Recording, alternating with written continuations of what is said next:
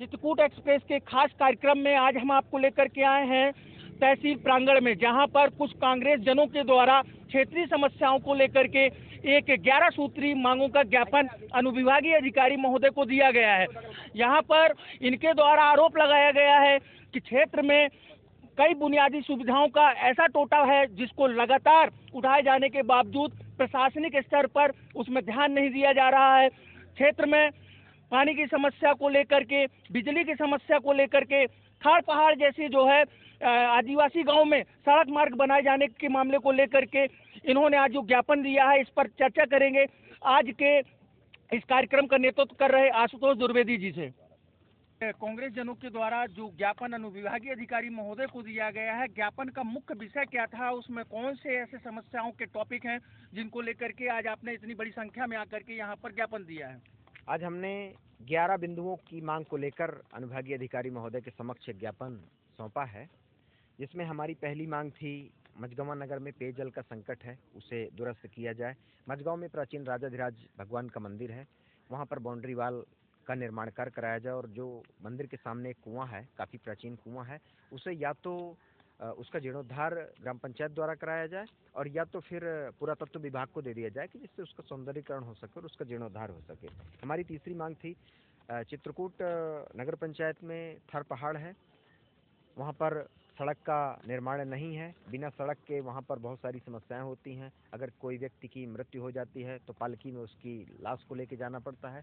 कोई अगर प्रसूति महिला है तो उसे भी उसी प्रकार पालकी में लाना और ले जाना पड़ता है। ये बहुत बड़ी समस्या है, तो सड़क निर्माण का कार्य कराया जाए। हमारी चौथी मांग है, मझगवां नगर में दुकानें तो हैं सबकी, लेकिन पट्टियों में लोग दुकानें लगाते हैं। तो हमारा व्यापारियों से कोई विरोध नहीं है, हम चाहते हैं कि वो दुकान अपनी अंदर लगाएं और पट्टियों को खाली रखें, ताकि इसमें उनको सहयोग भी देना चाहिए। ये मैं व्यक्तिगत व्यापारी बंधुओं से अनुरोध भी करता हूँ, आग्रह भी करता हूँ। अब पीडब्ल्यूडी के बगल में जो सड़क है मुख्य मार्ग के लिए, वहाँ पर पूरी रोड को इंक्लोजमेंट करके दुकानें लगाई जा रही हैं, जो बिल्कुल गलत है और लोगों को निकलने में आने जाने में बहुत सारी समस्याएं होती हैं। हमारी छठवीं मांग है, मझगवां नगर के अंदर से गुजरने वाली जो सड़क कृष्णा इंफ्रा कंपनी द्वारा बनाई जा रही है, तो उसमें डायवर्सन किसी दिन बनाते हैं, किसी दिन बिगाड़ देते हैं, जिससे एक्सीडेंट होते हैं। कई लोगों के एक्सीडेंट हुए, कई लोगों की दुर्घटना में मृत्यु भी हुई है, जिसका भी वर्णन नहीं किया जा सकता है। तो मैं अनुरोध करता हूं कृष्णा कंपनी वालों से भी कि तरीके से ये निर्माण कार्य कराया जाए। हमारी सातवीं मांग है, मझगवां संपूर्ण जनपद में प्रधानमंत्री आवास का जो सत्यापन है वो भाजपा के कुछ गिने चुने लोगों द्वारा, और जो अपात्र लोग थे उनको पात्र किया गया और पात्रों को अपात्र किया गया, जो बेहद निंदनीय है। मैं इसका विरोध करता हूं और इस मामले में अगर कार्रवाई नहीं होती है माननीय एसडीएम साहब और कलेक्टर साहब से, तो मैं माननीय उच्च न्यायालय की शरण में जाऊंगा और जनहित की याचिका के माध्यम से इस मामले को मैं रुकवाने का प्रयास करूंगा। हमारी आठवीं मांग है, मझगांव में अति प्राचीन करुणाधाम हनुमान जी का मंदिर है, उस मंदिर के समीप मध्य प्रदेश शासन की कई सारी जमीनें हैं। उन जमीनों का सीमांकन करके उनको व्यवस्थित किया जाए ताकि वो जमीन सर्वजन हिताय में उपयोगी हो।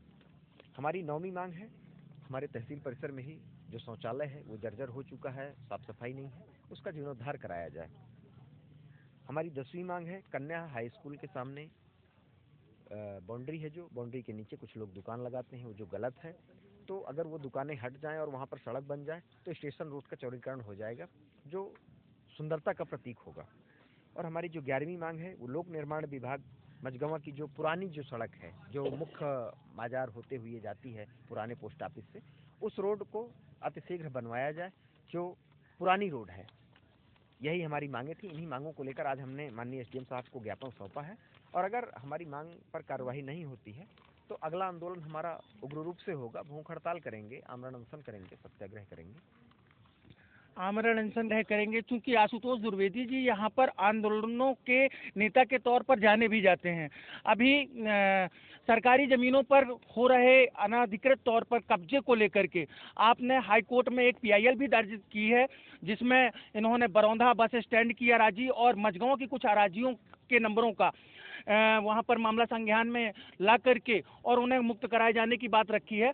लेकिन आशुतोष जी, एक विषय और है, सन 1982 में मझगांव में एक रकवा लगभग 200-250 हेक्टेयर का रकबा पीटीएस के नाम पर जो है दर्ज कर दिया गया, जबकि मझगवां को अभी बहुत सारी बुनियादी जरूरतों के लिए जमीनों का टोटा पड़ा हुआ है, यहाँ अधिकारी जमीनें ढूंढ नहीं पा रहे हैं।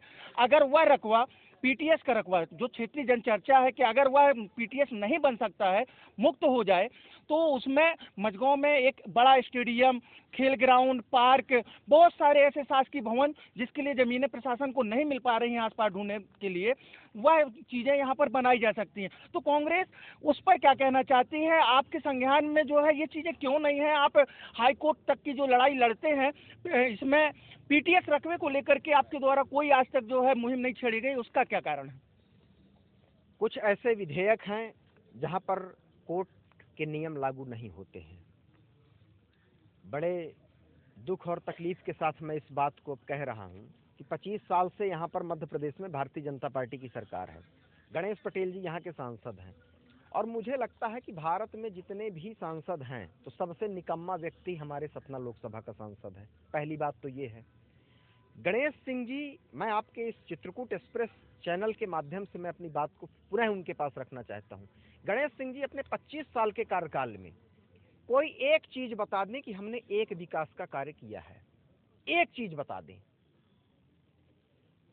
चित्रकूट विधानसभा में सरभंगा टाइगर रिजर्व बन सकता है, जिसका नाम पूरे भारत देश में होगा, चित्रकूट क्षेत्र का और सरभंगा का, लेकिन नहीं बनने दिया जा रहा है। लोगों को गुमराह किया जा रहा है कि आप लोगों का व्यवस्थापन हो जाएगा। जहां जहां भी टाइगर रिजर्व बने हैं, कहां व्यवस्थापन हुआ है? आप बताइए ना, लिखित दीजिए। बात आती है पीटीएस की। पीटीएस की भूमि अतिक्रमण मुक्त हुई। अब इसके बाद पीटीएस को बनाने के लिए थोड़ा बहुत पैसे में तो बनेगी नहीं, 15-25 करोड़ रुपए लगेंगे, जो सांसद विधायक ने आज तक उसकी पहल नहीं की है। अगर भूमि है तो उसमें इनको पहल करके और मझगांव में पीटीएस की पदस्थापना करना चाहिए, जिससे नाम पूरे मध्य प्रदेश और पूरे देश में मझगांव का होगा। ये नहीं कर रहे हैं। अब इसमें हम क्या कर सकते हैं? हम तो सिर्फ आंदोलन प्रदर्शन करके अपनी बात को सरकार के सामने रख सकते हैं। लेकिन जब निकम्मी सरकार है, बहरी गूंगी सरकार है, जब वो हमारी बात सुनना ही नहीं चाहती है, सच जिस प्रकार से सच कड़वा होता है, उसी प्रकार से जनहित के मुद्दे उनको बुरे लगते हैं। सांसद हमारा ये कह सकता है कि राजकुमार जायसवाल आप जाओ। अब मझगवा में एक पूर्व के सांसद प्रतिनिधि हैं राजकुमार जायसवाल, अभी मंडी की और जनपद की एक रोड बन रही थी, उस रोड में हमने विरोध किया कि भाई रोड यहाँ पर सक्रिय हो रही है। पूरी रोड 35 फुट की है, लेकिन उनके घर के पास रोड 20 फुट की हो गई, क्योंकि भैया उनका घर बना है। हमने काम रुकवाया, जाके मौके पर जाके काम रुकवाया, लेकिन अधिकारियों को सांसद जी द्वारा कहा गया कि भाई काम ना रुको, आप काम करो।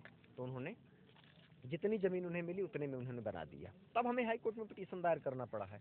और अब मैं अभी अपने वरिष्ठ अधिवक्ताओं से सलाह लूँगा और मैं प्रयास करूँगा कि पीटीएस की जो भूमि है उसमें पीटीएस बने, और अगर पीटीएस नहीं बनता है तो जो हमारे यहाँ शासकीय कार्यालयों के लिए ज़मीनों का टोटा पड़ा हुआ है, स्टेडियम वगैरह का, तो फिर पीटीएस की भूमि को ट्रांसफ़र किया जाए और उस भूमि का उपयोग किया जाए। तो पीटीएस की भूमि को राज्य शासन को वापस ट्रांसफ़र किया जाए, ये कहना था आशुतोष जी का।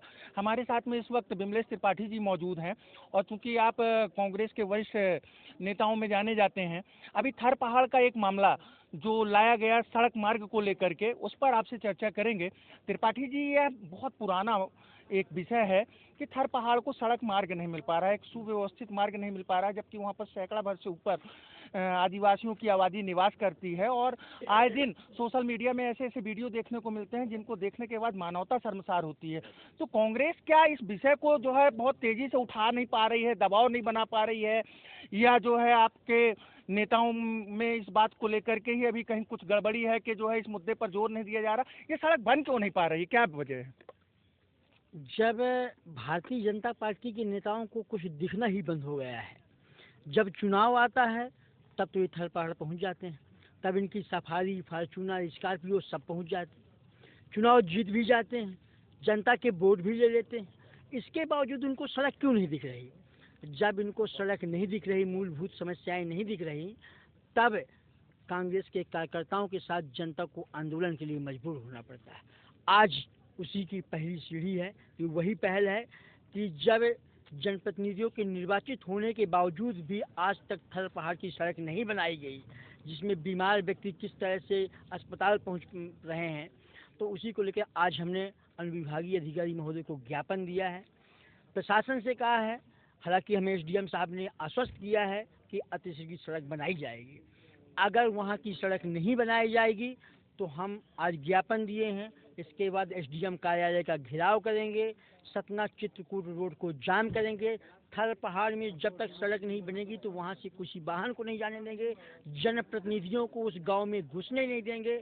ये कांग्रेस का जितना बन सकेगा उतना पूरा हम आंदोलन करेंगे। एक बड़ा विषय इस समय अवैध खनन को लेकर के जो है सोशल मीडिया पर छाया हुआ है। क्षेत्र में लेटराइट बॉक्साइट की जो खदानें हैं उस पर कुछ खननकर्ताओं के द्वारा रात में जेसीबी मशीनें लगाकर, डंपर लगा करके जो है सरभंगा और आसपास के क्षेत्रों पर लगातार खनन जारी है। ये कांग्रेस का आपके ज्ञापन का विषय नहीं है क्या?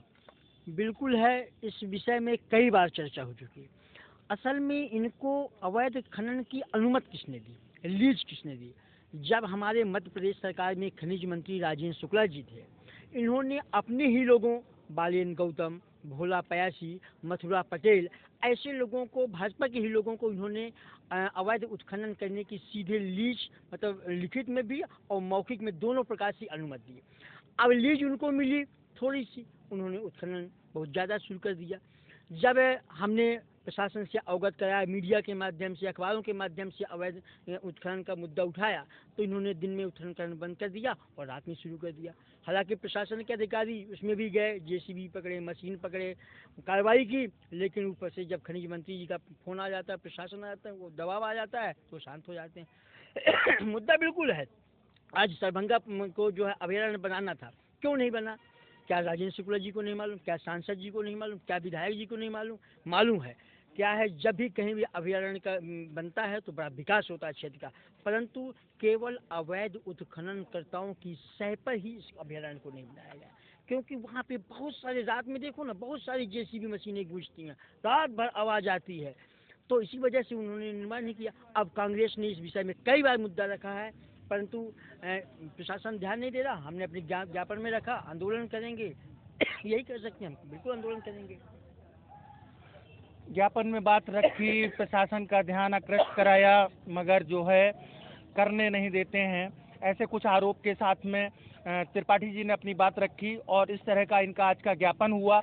तो इनसे जो चर्चाएं निकल करके सामने आई हैं, यह जनता के सामने है और प्रशासन जरूर इस पर जो है अपनी कोशिश करेगा कि ऐसे आरोप और ऐसी समस्याओं के साथ फिर से जो है नेताओं को यहाँ पर ना आना पड़े। इन्हीं बातों के साथ मैं राजू चित्रकूट एक्सप्रेस के लिए राजू सौदागर की ये खास रिपोर्ट।